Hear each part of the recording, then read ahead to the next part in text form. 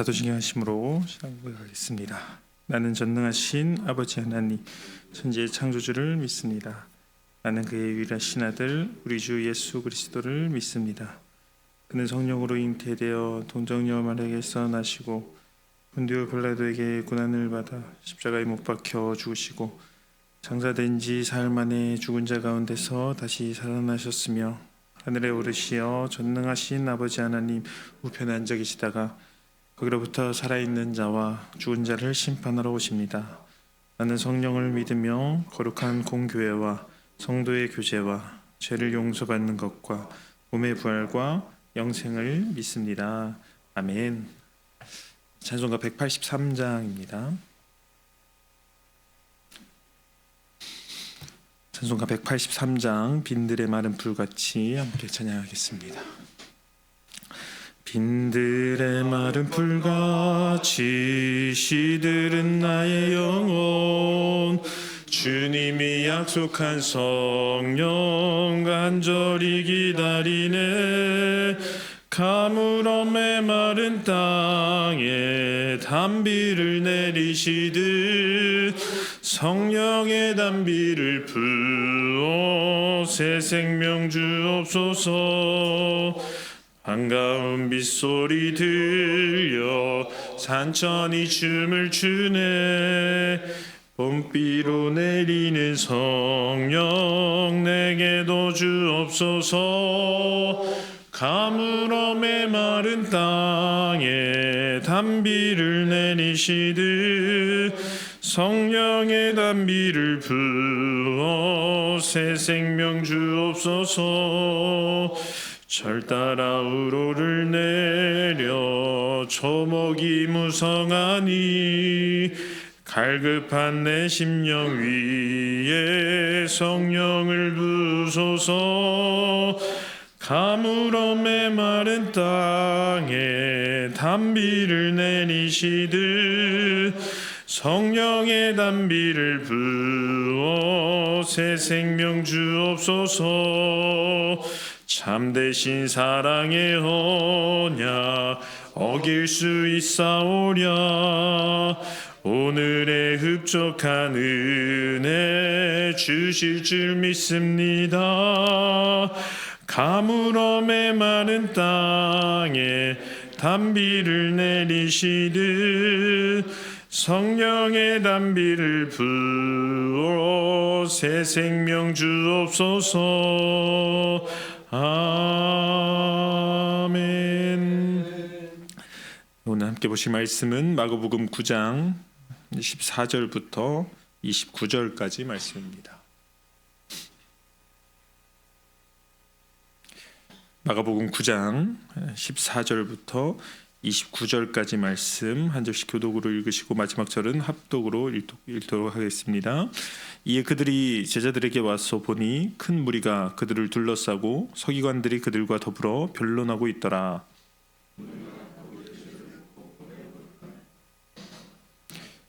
예수께서 물으시되 너희가 무엇을 그들과 변론하느냐?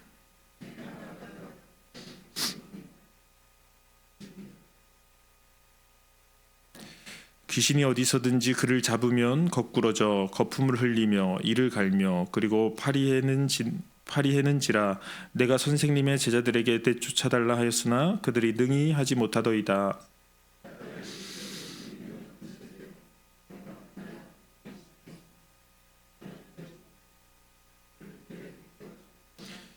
이에 데리고 오니 귀신이 예수를 보고 곧 그 아이로 심히 경련을 일으키게 하는지라 그가 땅에 엎드려져 구르며 거품을 흘리더라.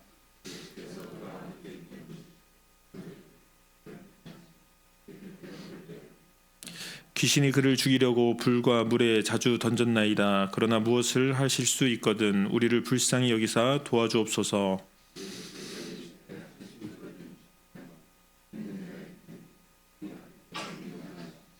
곧 그 아이의 아버지가 소리를 질러 이르되 내가 믿나이다. 나의 믿음 없는 것을 도와주소서 하더라.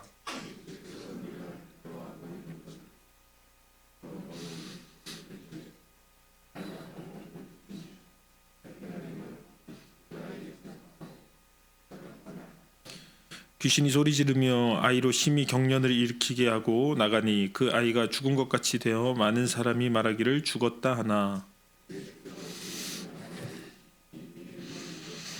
집에 들어가심에 제자들이 조용히 묻자오되 우리는 어찌하여 능히 그 귀신을 쫓아내지 못하였나이까. 이르시되 기도해. 아멘. 기도하겠습니다. 좋으신 아버지 하나님, 은혜를 감사합니다. 지난 간밤에도 저희들을 주님 품 안에서 편히 쉬게 해주시고 또 이 새벽에도 저희들을 주 앞에 불러주심을 감사합니다. 오늘도 저희들에게 새날 주시고 또 생명 주시고 건강 주셨는데 이 한 날도 주님과 더불어 동행하게 하시고 주를 기쁘시게 하는 한 날 되게 하여 주옵소서. 이 새벽에도 주님을 사모하오니 말씀과 기도 가운데 저희들을 만나 주시며 주의 성령으로 충만케 하여 주옵소서. 주님께 감사의 예물과 또 일천번째 예물을 드립니다. 믿음으로 순종으로 감사로 드리는 예물을 주님께서 기뻐 받아주시고 약속하신 하늘의 복과 땅의 복으로 충만하게 채워 주옵소서. 주의 은혜로 종의 가정들을 형통케 해주시며 그 자녀들을 축복하여 주옵소서. 예수님의 이름으로 축복하며 기도하옵나이다. 아멘. 이 새벽에도 주의 은혜와 축복이 함께 하시기를 축원합니다. 이제 신앙생활을 이제 하면서 참 여러 가지 많은 이제 그 경험과 체험들이 있었습니다. 제가 이제 그 한국 교회가 그 이제 전반적으로 다 그랬지만은 이제 제가 이제 중고등학교를 다니고 이제 청년을 다니던 그 시절에 우리 한국 교회는 하나님의 특별한 은혜가 있었습니다. 이제 평양 장대현 교회의 그 부흥의 역사가 일어났을 때에도 평양 장대현 교회만 있었던 것이 아니라 세계 여러 나라의 그런 성령의 기름 부으시는 은혜가 있었습니다. 그러니까 하나님이 기독교 역사에 보면 어떤 특별한 은혜가 임하는 때가 있었습니다. 우리 한국에서도 이제 저희가 여기 뭐 그런 비슷한 시기에 겪으신 분들은 알겠지만은 제 중고등학교 청년 이 시절에 특별한 은혜가 참 많았습니다. 제가 이제 서울에서 신앙생활을 하다가 경상도에 내려가서 얘기했다 보니까는 똑같은 얘기들을 그분들이 하시더라고요. 그러니까는 저는 뭐 경상도를 목회 이전에는 내려가 본 적이 없었는데 서울에서 신앙생활하고 이제 경상도 가서 보니까 그분들이 저랑 비슷한 그런 시기에 그런 다 똑같은 간증과 경험을 하더라고요. 그래서 이제 우리가 이제 자기 개인의 삶만 놓고 보면은 내가 하나님께 기도를 많이 해서 성령 받고 무슨 능력을 받는 것처럼 이게 생각을 합니다. 물론 이제 그런 것도 있죠. 그러나 그것보다는 하나님의 어떤 주권적인 역사로 그 시기에 나타나는 그런 성령의 기름 부으심과 역사가 있었어요. 그래서 이제 저희 학생 때에 기도하는 친구들도 많았고 은혜를 받는 친구들이 많았습니다. 근데 제 이제 후배 가운데 한 친구는 그렇게 기도하다가 이제 하나님께 신유의 은사를 받았어요. 이제 이 친구는 아픈 사람이 옆에 있으면 똑같은 아픔을 느껴요.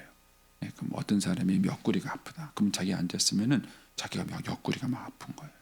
또 어떤 사람이 막 가슴이 아프다. 그러면 그런 사람이 옆에 있으면 자기가 막 가슴이 아픈 거예요. 이 친구는. 그래가지고 이제 그 사람을 위해서 기도해주면 병이 나요. 병이 납니다.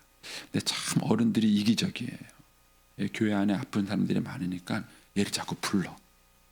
이렇게 소문이 나잖아요. 교회 안에서 누가 기도하니까 병이 났더라. 이렇게 소문이 나니까 이제 얘를 자꾸 불러요. 너 우리 집에 와라. 근데 부르는 목적이 뭐죠? 아픈 분이 있으니까 기도해 달라는 거예요. 근데 얘는 못 모르고 가요. 어른들이 부르니까 가요. 그래서 이제 기도해 달라 그러니까는 기도해줘. 나요. 병이 낫는 거예요. 그러니까 다른 분들도 또 부르겠죠. 근데 얘는 처음에는 못 모르고 갔고 기도하다가 병이 나니까 신기하기도 하고 좋기도 하고 간 거예요. 그런데 스트레스를 받는 거예요. 자기는 그거 하고 싶지 않은 거예요. 그런데 자꾸 오라 그러니까 얘가 이제 사춘기 고등학생 아니에요. 고등학생이니까 얘도 자기가 놀고 싶은 게 있는 거예요. 뭐 아무리 기도하고 신의 능력이 있다 그래서 애가 거룩해지는 게 아니에요. 사춘기 학생은 사춘기 학생입니다. 그러니까 얘는 자기도 이제 그 사춘기 학생 동안 놀고 싶은데 뭐 어른들이 자꾸 오라 그러고 학교 끝나고 이제 오면은 그 유일하게 노는 시간이잖아요. 학교 끝나고 오면은 자꾸 어른들이 오라 그러고 너 학교 끝나면 우리 집에 오라 그러고 심지어 어떤 아침 분은요 아침부터 불러요. 그러니까 얘가 가서 이렇게 해주다가 짜증이 나는 거예요. 근데 신기한 건 짜증이 나도 병이 나요. 아들에게 나는 거예요. 어쨌든 이제 그렇게 해서 이제 생활이 흘렀는데 지금은 그 아이가 뭐 하느냐? 교회를 한다. 신앙생활을 안 해. 이런 것들이 이제 저한테는 궁금했습니다. 그러면 걔가 기도해서 병이 난 건 뭐지? 걔가 기도해서 병이 난 건 뭐지? 그 능력은 뭐지? 왜 이 아이는 지금은 신앙생활을 하지 않을까? 불신자처럼 살아요. 이런 어떤 이제 경험들이 이제 제 목회 현장에서 많이 있으면서 생각을 참 많이 하게 됐습니다. 그러면 여러분 아들이 그랬으면 좋겠어요. 젊었을 때 기도한다고 막 병 났고 막 그랬는데 나중에는 신앙생활도 안 하고 그렇게 생활이 엉망인 아이로 자라게 바뀌었는 거예요. 그러면 대체 능력이라는 게 뭔가, 믿음이라는 게 뭔가 이런 것들에 대해서 제가 생각을 참 많이 하게 됐습니다. 오늘 우리가 읽은 이제 이 본문에는 귀신 들려서 이제 예수님께 찾아온 아이죠. 그러니까 분명히 귀신이 이렇게 나쁜 역사를 해요. 그래서 20절에 보면은 그 아이로 심히 경련을 일으키게 하고 엎드려지고 구르고 거품을 흘리더라. 거의 이제 제가 볼 때는 아유 갑자기 그 병이 상하게 안 나네. 네. 이렇게 쓰러지는 병이 있죠, 그거요. 예, 거의 그런 것과 흡사해요. 예, 이렇게 이제 이 아이가 나타나는데 21절에 보니까 언제부터 이렇게 됐느냐, 그러니까 어릴 때부터 이렇게 됐다. 이렇게 그러니까는 이 부모가 얼마나 이 아이를 기르면서 가슴이 처절하겠어요. 그리고 22절에 보니까는 불과 물에도 자주 던졌다는 거예요. 그러니까 뭐 시도 때도 없이 아무 때나 쓰러지고 그리고 언제 얘가 죽을지 모르는 그런 상황이죠. 근데 참 재밌는 거는요. 제가 이제 이렇게 어렸을 때 크던 때는 이런 사람들이 주변에 꽤 많았어요. 요즘은 보셨어요? 요즘 왜 안 보이죠? 요즘은 이게 그러니까 귀신이 역사하는 어떤 환경이라는 게 있는 거예요. 참 재밌습니다. 그래서 우리가 어렸을 때는 이런 것들이 주변에 종종 심심치 않게 많이 봤습니다. 근데 요즘은 뭐 저는 작년에 한 번도 못 봤고요. 예, 그 전에도 한 번 못 봤고 거의 볼 수 있는 기회가 없어요. 그러니까는 귀신이 역사하는 어떤 더러운 환경이 있어요. 더러운 환경. 그것이 물론 이제 영적인 더러움도 있고 위생적인 더러움도 있고 이런 것들이 이제 섞여 있는 것 같아요. 물론 저도 이런 것들을 다 분석해서 제가 설명할 수는 없습니다. 제가 모든 걸 다 아는 게 아니니까 그래서 설명할 수 없지만은 어쨌든 귀신이 역사하는 특별한 어떤 영적 더러운 환경과 시대가 있는 것이죠. 그러니까 이제 예수님 당시에 이제 이 사람이 이런 자녀를 뒀으니까 얼마나 이제 답답하겠습니까? 그래서 예수님께 와서 이 병을 고쳐줬어요. 그러니까 이제 우리 선배들은 어떻게 말씀했습니까?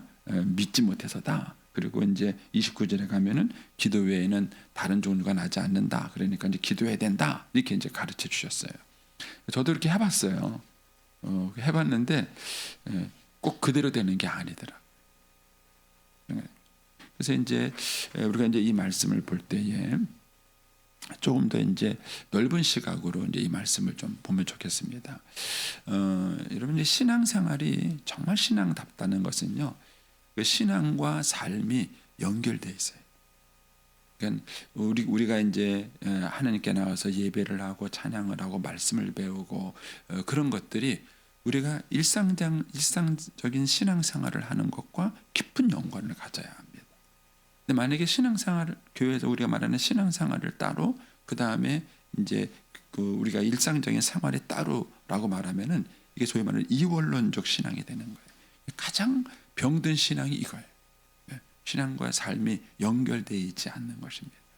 그래서 저 여러분이 오늘 새벽기도 나오는 게 오늘 하루에 무슨 의미가 있으세요? 여러분 그냥 나왔다는 걸로 만족하시는 거예요? 나 나왔으니까 하나님 나 오늘 새벽기도 나왔습니다. 뭐 이런 거예요. 아니면은 그냥 새벽기도 나와서 잠시 마음의 위로를 받는 걸로 끝나시는 거예요. 여러분 이 새벽기도라는 이 중요한 습관이 오늘 하루의 일상생활에 연관이 있어야 돼요. 그래서 예수님은 새벽에 기도하셨고 예수님이 그 새벽에 기도하신 것들이 예수님의 그 사명을 감당하며 마지막에 십자가를 지시는 것, 그런 모든 것까지 다 연결되어 있는 것이죠. 그래서 우리가 신앙의 경건생활과 우리의 삶이 이게 연관이 되어 있어야 돼요. 이제 그런 시각에서 이제 이 본문의 말씀을 보면 좋겠어요. 예수님이 변화산에서 기도하고 내려오셨어요. 그러니까 이 사건을 만났는데 예수님이 이 사건을 해결해 주셨습니다. 이게 변화산 체험이에요. 그러니까 저와 여러분이 뭐 산기도를 갔든 금식기도를 갔든 정말 가서 기도했다면은 그 산에서 내려와 가지고 그 산기도하고 금식기도한 게 산 아래 내려와서 뭔가 열매가 있어야 돼. 근데 그 열매가 없다면 그 변화산의 체험이라는 것은 의미가 없는 거예요. 사실 이제 마가복음 6장에 가서 보시면은 제자들은 이미 귀신을 고친 경험이 있어요. 예, 마가복음 6장 한번 7절을 보시겠어요? 마가복음 6장 7절이요. 예, 거기 보면은 예수님이 12제자를 2명씩 파송한 사건이 나와요. 거기 보면은 12제자를 부르사 둘씩 보내시며 더러운 귀신을 제어하는 권능을 주셨어요. 이때 이미 예수님은 제자들에게 귀신을 제어할 수 있는 권능을 주신 거예요. 주셨고 그 다음에 12절에 가시면은 제자들이 나가서 회개하라 전파하면서 많은 귀신을 쫓아냈어요. 귀신을 쫓아내는 능력이 있었어요. 그리고 난 다음에 예수님께 와서 보고를 할 때 와, 귀신들도 우리 앞에 복종하다이다 그러면서 제자들이 그 경험 때문에 굉장히 신비했던데 이미 그 제자들이에요. 근데 그 제자들이 오늘 본문에 와서는 뭐냐면은 이제 오늘 본문 28절에 가면은 그런 얘기를 해요. 우리는 어찌하여 능히 그 귀신을 쫓아내지 못하였나요? 이렇게 물어보는 거예요. 그전에 분명히 했거든요. 그전에는 분명히 자기들이 귀신을 쫓아냈는데 지금은 뭐예요? 못한 거예요. 그래서 우리가 영적인 능력도 그런 생각을 하셔야 돼요. 어떤 사람이 이전에 귀신을 쫓아냈지만은 지금 못할 수 있어요. 예. 그런데 우리는 한번 그 사람의 귀신을 쫓아내면은 계속 그러는 줄 알아요. 그래서 사기꾼이 생겨요. 제가 여러분에게 말은 못하겠지만 귀신을 쫓아내는 거짓 사기꾼이 있어요. 소위 말해 종교 사기꾼이죠. 그러니까 이런 일들이 이제 생기는 것이죠. 그래서 이제 제자들이 이전에는 귀신을 쫓아냈는데 지금은 그걸 못했어요. 그리고 좋은 신앙은 변화산의 체험이 내려와서 예수님이 보여주신 것처럼 이 현실의 문제를 해결해 줄 수 있는 것이 좋은 신앙인 거예요. 그러면 이제 이런 것들을 종합하고 이런 제가 말씀드린 걸 염두에 두고 오늘 본문의 말씀을 다시 한번 보겠습니다. 오늘 본문 말씀 돌아오시면은요. 이제 거기에서 이제 19절 말씀을 보십시오. 이 귀신 들린 아이의 아버지가 와서 이제 그 아이를 귀신 들린 아이를 내쫓아 달라 그랬는데 예수님의 제자는 그걸 못했습니다. 이렇게 말했을 때 주님의 첫 번째 진단이 뭐냐면 19절에 믿음이 없다 이렇게 말했어요. 믿음이 없는 세대예요. 이렇게. 그러니까는 이 18절 19절 말씀을 보면은 제자들이 귀신을 쫓아내지 못한 것은 믿음이 없기 때문이에요. 이해되시죠? 그러는데 이 아버지가 뭐라고 말을 합니까? 22절에 무엇을 할 수 있거든 이 아이를 좀 불쌍히 여겨 주십시오. 이렇게 말했을 때 예수님이 또 뭘 지적해 주냐면은 23절에 가서 만일이다니 할 수 있다면이 무슨 말이냐? 믿어야지 이렇게 말하면서 믿음이 없는 걸 책망하셔요.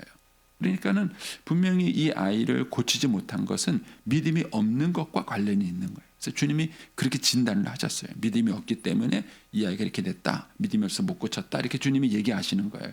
그리고 난 다음에 28절에 가서 제자들이 왜 우리는 못했습니까? 라고 물었을 때 이 문맥대로라면은 29절에 믿음이 없기 때문이다. 이렇게 말씀하시되잖아요. 그런데 29절에 뭐라 그러냐면은 기도 외에는 다른 것으로 이런 유가 나지 않는다. 이렇게 얘기를 하신 거예요. 그러면 앞에서 말하는 내용과 뒤에서 말하는 내용이 다를 수 없어요. 예수님이 소위 말하는 한 입으로 두 가지 얘기를 할 수 없는 거예요. 그렇다면은 이건 뭘 의미하느냐면은 기도하는 것과 믿음이 관계가 있다는 거예요. 그러니까 우리가 기도를 잘한다는 얘기는 뭘 의미하느냐면은 믿음이 생긴다는 것을 말하는 거예요. 기도하기 전과 후가 뭐가 달라야 되냐면은 기도하기 전에는 이게 잘 안 믿어졌던 것이 기도하고 나니까 이게 믿어져야 되는 거예요. 확신이 있게 되는 거예요. 기도하기 전에는 남편하고의 갈등이 있어요. 내가 이 남자하고 계속 살아야 되나 말아야 되나 뭐 이런 갈등이 있어요. 근데 기도 후하고는요. 그래 이혼해야 되겠다. 이러시면 안 돼요. 예. 기도하고 난 다음에는 그게 더 확신이 생기게 되는 거예요. 그런데 성경의 다른 부분하고 연결시키면 믿음은 어디서 나느냐? 믿음은 기도에서 난다 이렇게 말하고 돼 있지 않고 믿음은 들음에서 난다 이렇게 말해요. 듣고 믿는 게 믿는. 그럼 이제 이 떨어져 있는 내용들을 여러분들이 종합시켜야 돼요. 그럼 믿음은 들음에서 나는 게 맞고 그 다음에 제자들이 지금 귀신을 쫓아내지 못한 것이 믿음이 없기 때문이라고 주님 말씀하셨는데 그거를 후에 가서 기도하지 않기 때문이다 이렇게 말씀하셨다면 이거예요. 믿음이라는 뭐냐? 믿음이라는 것은 하나님의 말씀을 듣고 들은 말씀을 가슴에 품고 기도해야. 그때 어떤 능력이 어떤 말씀이 생기느냐? 귀신을 쫓아낼 수 있는 능력 있는 믿음을 갖게 되는. 이게 기도의 역할이에요. 그래서 여러분들이 기도하실 때에 하는 사람들이 자기의 소원만 하래요. 그리고 자기의 요구를 관철시키는 것을 기도라고 생각해요. 이거는 샤머니즘적인 기도예요. 샤머니즘적인 기도예요. 진정한 기도는 뭐냐? 하나님의 말씀을 품고 기도하시는. 그래서 예수님이 변화산에서 기도하실 때에도요. 그 용모가 변하면서 엘리야와 모세를 만난 장면이 나오는데 그 엘리야하고 모세하고 무슨 얘기를 했느냐? 누가복음에 의하면은요. 예수님이 앞으로 고난받고 십자가에 죽으시는 그 얘기를 하신 거예요. 그것이 예수님의 기도 중에 있었다는 거예요. 그래서 저와 여러분이 기도할 때 말씀을 우리의 가슴속에 품고 그 품은 거 가지고 기도해야 돼요. 이제 조금 더 구체적인 예를 들어요. 제가 이제 아내하고 갈등이 생겼어요. 그래서 도대체 내가 이 여자를 잘못 만난 것 같고 내 결혼을 잘못한 것 같고 생각만 기회가 된다면 저 이혼하고 싶어요. 이런 마음이 내 안에 가득해요. 그리고 내가 이제 기도하러 왔어요. 그래서 하나님께 불평하겠죠. 제가 뭐 도대체 인생이 왜 이렇습니까? 그래서 하나님께 만약에 원망하는 그런 기도를 하겠죠. 근데 진정한 기도는 뭐냐면 그런 원망하는 기도를 하다가 뭘 생각해야 돼요? 하나님의 말씀. 결혼은 하나님이 짝지어 주신 사건이에요. 그럼 하나님 정말 이 아내를 하나님이 짝지어 주신 사건이 맞습니까? 하나님이 나에게 준 선물 맞습니까? 그걸 내가 기도하는 것이죠. 그리고 그렇다면은 하나님 말씀하신 대로 내가 주님이 저를 사랑하신 것처럼 내가 이 아내를 사랑할 수 있게 해주세요. 이렇게 내가 기도를 하겠죠. 그러면 그 기도하는 그 과정 가운데에 제가 변해야 되는 거예요. 변해돼서 미웠던 아내가 사랑스럽게 보여야 되고 그 다음에 내가 내려가서 도저히 사랑하지 얼굴도 쳐다보기 싫었던 그 아내를 내가 얼굴을 쳐다볼 수 있는 용기가 생겨야 되고 그리고 가서 그 아내에게 여보 미안해 하고 내가 먼저 사과할 수 있는 용기를 주는 거예요. 이게 능력 있는 믿음. 제가 너무 쉽게 설명해가지고 여러분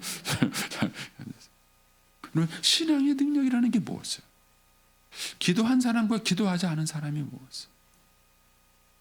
저는 기도하고 나와서 승질내는 목사님을 이해를 못하겠어요.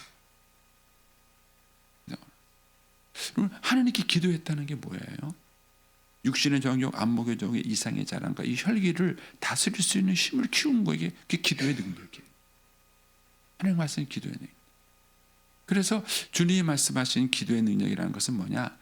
그 앞에 있는 이 본문의 사건은 빌립보 가이사라의 사건하고 계속 지금 연결되는 거예요. 빌립보 가이사라에서 내가 나를 누구라고 말하느냐? 그러면서 나는 십자가를 질 것이다. 주님은 그러면 안 됩니다. 이 사탄아 물러가라. 내가 왜 하나님을 생각하지 않느냐? 네가 그걸 하는 것은 하나님의 영광을 보지 못했기 때문이다. 하나님의 영광을 볼 자가 있다. 그리고 변화산에 가서 그 체험을 하고 그리고 내려와서는 이 아이를 고치는 이 이야기의 흐름이 지금 이렇게 전개되고 있는 거예요.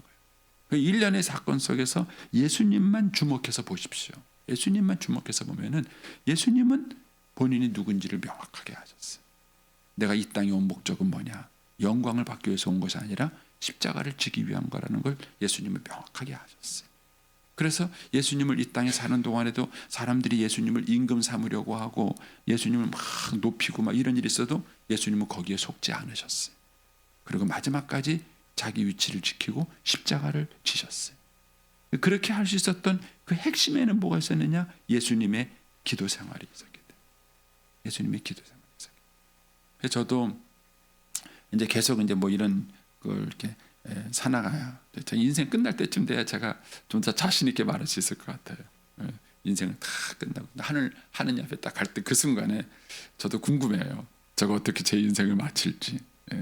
저는 이제 제 아내를 보면은 참 감사해요. 아내는 자기가 평상시에 기도하고 산 대로 그렇게 죽었어요.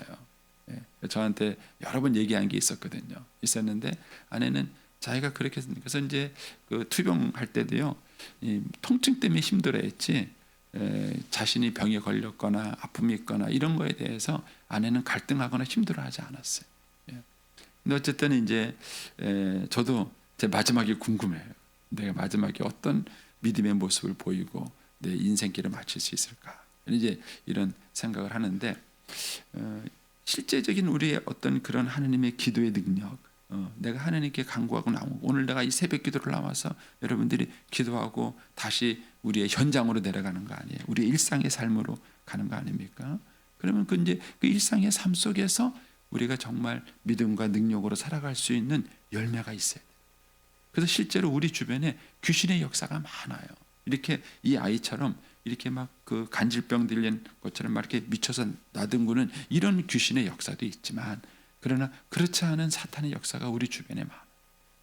근데 그런 것들을 우리가 정말 하나님 주신 믿음의 능력으로 우리가 그걸 물리칠 수 있어야 되고, 그 속에서 우리가 하나님 말씀으로 열매를 맺는 신앙이 있어야 돼요. 저는 이것이 능력 있는 신앙이라고 저는 믿습니다. 그런데 그 힘이 어디서 나오느냐? 그게 기도에서 나와요. 이관철 목사님이 지금도 이제 새벽마다 일어나서 기도하셔요. 뭐 은퇴하시고 뭐 그런데도 불구하고 아침에 이제 새벽마다 일어나면 기도. 어떤 때가 전화 오면은 나 기도했어? 그래서 기도했어? 이렇게 기도하셔요. 네, 지금도 어린아이처럼 믿으세요. 한 번은 이제 목사님 뵙기라고 이렇게 갔는데 엄청 체하셨나 봐요. 네, 목사 빨리 와, 나 기도해줘.